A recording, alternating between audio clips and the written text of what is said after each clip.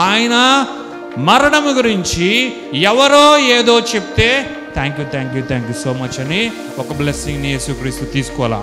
ఆయన మరణం గురించి యేసయ్యే ప్రాఫెసీ విడుదల చేశాడు.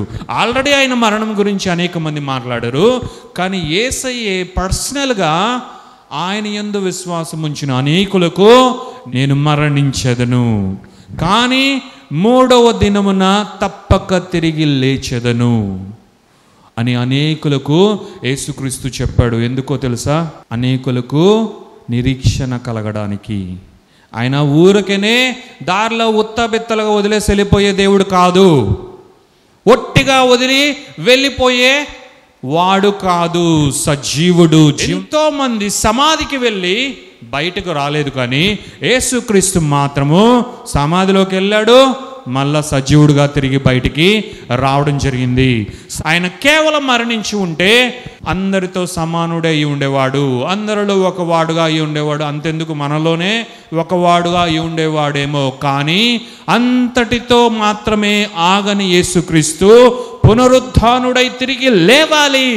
లేస్తేనే మనకు రక్షణ, తిరిగి లేస్తేనే మనకు విమోచన, తిరిగి లేస్తేనే మనకు బ్రతుకు, మనకు మరో జన్మ, మనందరికీ మరో జీవితం. అది లేకపోతే వేస్ట్. అందుకే అపోస్తులైన పౌలు 1 కొరింథీయులకు రాసిన పత్రిక 15వ అధ్యాయంలో ఒక విశేషమైన మాట ఆయన అంటున్నాడు. ఏమంటున్నాడు తెలుసా?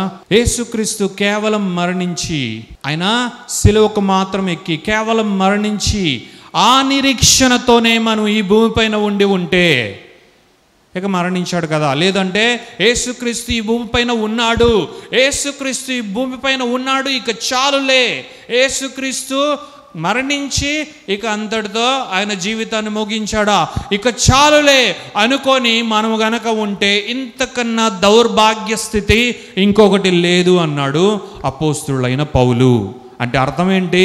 మనం ఈ లోకములో ఆయన బిడలముగా ఉన్నా కూడా జీవం కలిగిన దేవుని యొక్క ప్రశస్తమైన రక్తము చేత కడుగబడి రక్షింపబడి ఆయన రాజ్యంలో చేర్చబడి గొప్ప జీవితాన్ని జీవిస్తూ ఉన్నా కూడా ఆయన నిమిత్తము, మన ప్రభు అయిన రక్షకుడైన యేసుక్రీస్తు నిమిత్తము ఈ భూమిపైన మనకు విశేషమైన జీవితము ఇవ్వబడ్డా కూడా మనం ఎన్నో శ్రమలు, ఎన్నో హింసలు, ఎంతో నలుగగొట్టబడి, మనము నింద నొంది గాయపరచబడి, మనం ఆయన కొరకు అన్ని ఎదుర్కొని అన్ని అధిగమిస్తూ మనం ముందుకెళ్తూ ఉన్న ఈ ప్రయాణంలో కేవలం మన నిరీక్షణ ఈ భూమి వరకే పరిమితం అవుతే, ఇక్కడ వరకే మన నిరీక్షణ గనక పరిమితం అవుతే, ఇంతకంటే దౌర్భాగ్య స్థితి మనకు లేదు, ఇంతకంటే దీనమైన స్థితి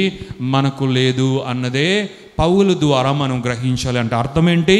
మన నిరీక్షణ ఇక్కడ వరకే ఉండినటువంటిది కాదు, మన నిరీక్షణ రాబో కాలమునకు మనల్ని తీసుకువెళ్ళేదిగా ఉంది, మన నిరీక్షణ సదాకాలమునకు మనల్ని నడిపించేటువంటిదిగా ఉంది, మన నిరీక్షణ నిత్యత్వములోకి కూడా మనము అడుగు పెట్టేంత వరకు కనుపరచబడే నిరీక్షణనే మన నిరీక్షణ.